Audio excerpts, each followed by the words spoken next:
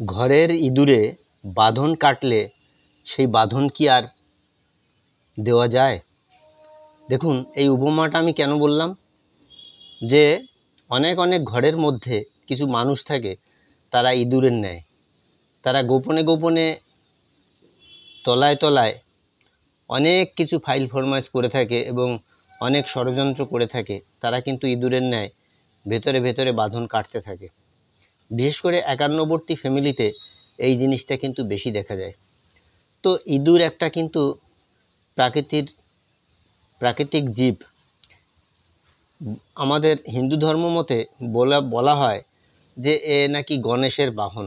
জানি না যদিও আমি অতটা, তো যেটুকু শুনে আসছি ছোটোবেলা থেকে সেটুকুই বলছি। তো এই ইঁদুরটা আমার ঘরের সমস্ত সবজি থেকে শুরু করে জামা কাপড় থেকে শুরু করে অনেক কিছু ক্ষয়ক্ষতি করেছে এতদিন। তো সকলে আমাকেই দোষ দেয়, কিছু করবে না, ইঁদুরটাকে ধরবে না, ইঁদুরটা কে করবে না। কিন্তু দেখুন, বিড়ালের গলায় ঘণ্টাটা কে বাঁধবে? সেটা আমাকেই বাঁধতে হলো লাস্ট অবধি। আমি সেই ইঁদুরের খাঁচা পাতলাম, তো কিছুতেই চালাক ইঁদুর কোনো কিছুতেই বাঁধে না।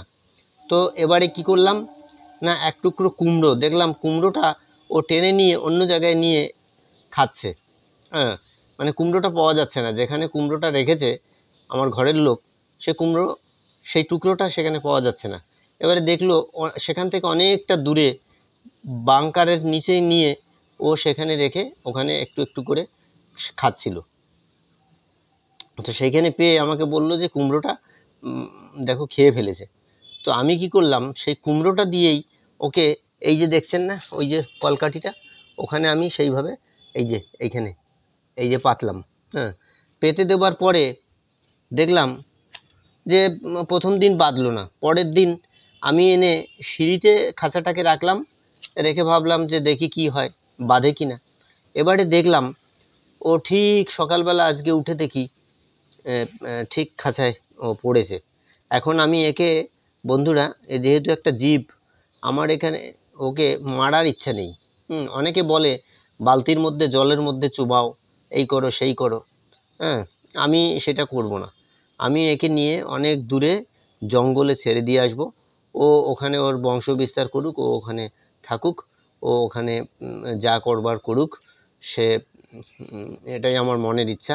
তাই এখন আমি ওকে নিয়ে আমি যাব অনেক দূরে, গিয়ে ওখানে ওরে ছেড়ে দিয়ে আসব।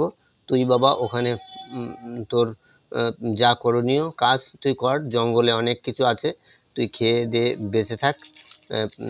এই হচ্ছে কথা। দেখুন, ওই যে কুমড়োর টুকরোটা দেখতে পাচ্ছেন, ওই যে কুমড়োর টুকরোটা, ওই যে দেখছেন, ওই যে হলুদ প্রকারের কুমড়োর টুকরো, ওই কুমড়োর টুকরোটা দিয়ে আমি দেখেছেন, এই কুমড়োর টুকরোটা দিয়ে আমি কিন্তু পেতেছিলাম, আর তাতেই কিন্তু ও বেঁধেছে।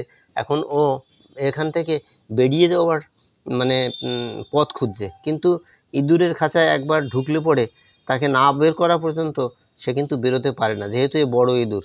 আর নেংটি ইঁদুর যেগুলো, ওগুলো ফাঁকা দিয়ে গলে যায়, খুব চালাক, ওগুলো বাঁধে না।